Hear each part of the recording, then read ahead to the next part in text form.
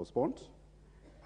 And also, I would like to also to thank my party leader, Dr. Stephen Kalonzo, for their support.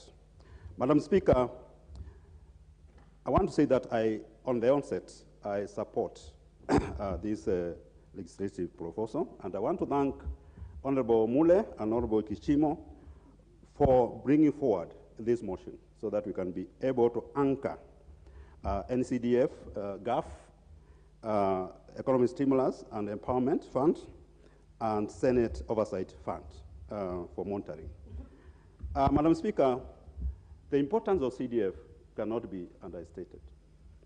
And anybody who is trying to belittle CDF or to scrap CDF is an enemy of this country, is an enemy of the people who have been elected and sitting in this august house. And I assure you, without CDF, most of us will not have come back to this parliament. And without CDF, most of us will not come back, I assure you. Because what are you going to tell people you have done for them after 5 years? CDF is the only fund which can be seen on the ground. It's the only fund which supports the low-income people. CDF has been able to do a lot in terms of school infrastructure, building new schools, classrooms, dormitories, dining halls, and innovation of schools. I'll tell you where I come from, because the poverty levels in Kitui County is quite high. Before CDF, the classrooms, the schools, especially the primary schools, were constructed using mud. But now when you go to the schools, now you find them that now the schools are constructed using blocks. Now that is a very good thing, because a good school, if a good school is good, then you expect good grades. CDF has been able to give bursaries and scholarships to many schools, to many students. As we speak now, many students are at home because their parents cannot be able to afford school fees. I'm very sure most of us, the members of parliament, cannot even sleep in our homes because parents are looking for us from left, right, center, so that we can be able to give them money. And again, you know very well that we don't have that kind of money to fund, to give school fees. CDF has been used to construct chief's offices and police stations, which is very important for security of our people. Madam Speaker,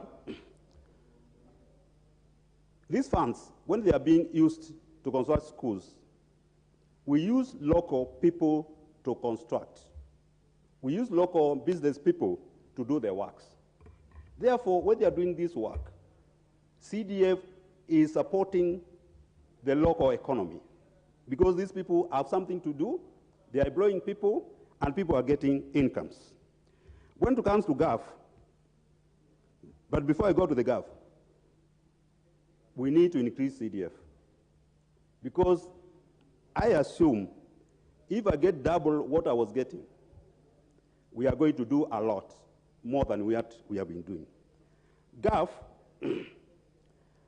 understand GAF, the women representatives, they are given only 7 million per constituency, which to me is too little. So even this fund needs to be increased so that at least the impact of the fund can be able to be seen. Senate Oversight Fund. This is an issue which has been long discussed. And you know, at times, this parliament, we are also enemy of ourselves. I remember this proposal came to this parliament, and it was ignored.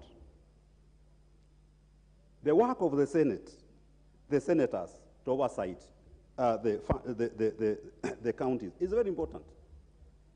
If you look at the misuse of funds by the counties is too high.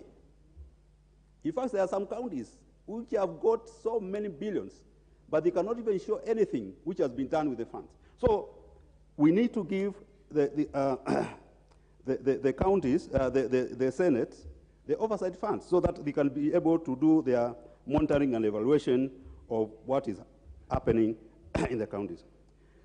Madam Speaker, I have a problem, a small problem with the economic stimulus, but I don't have a problem with empowerment fund. Because empowerment fund is going to cater for women empowerment, men empowerment, youth empowerment, and also persons living with stability and disability. But the definition of economic stimulus does not fit into this. Because economic economic stimulus is an action by the government to encourage private sector economic activity by engaging in targeted expansionary monetary and fiscal policy. And this action is taken during recession. Recession is when the economy is not working, to help jumpstart the economy and enhance growth, economic growth and create jobs. And Madam Speaker, the first stimulus program was done in 2010, is when we had the first economic program. And that one was very successful because the economy grew by 8%, which was the largest growth in the history of Kenya. 22 billion shillings were used to construct schools, horticultural markets, juakali sheds, public health centers, and also fish ponds. For the first time, we had fish ponds in Central Province. And Boni Kenya people, that's the first time they started eating fish. For the first time, we were sufficient in fish production. So that one was very, very important and very, very useful to this country. The second one was done in 2020, 2021, and 53 billion shillings were used. I'm not very sure the impact of that money, because this one was supposed to cushion Kenyans during from the COVID effect. But I'm not very sure if that fund was really used properly and what was the impact. So my proposal is that to the drafters, that they remove the word economic stimulus from the empowerment. So we remain with the empowerment fund, because economic stimulus is something different than what we are looking at. On the issue of empowerment program, I think also we need to have a structure on how we are going to disperse that money. Otherwise, you can have money, and this money will not be able to help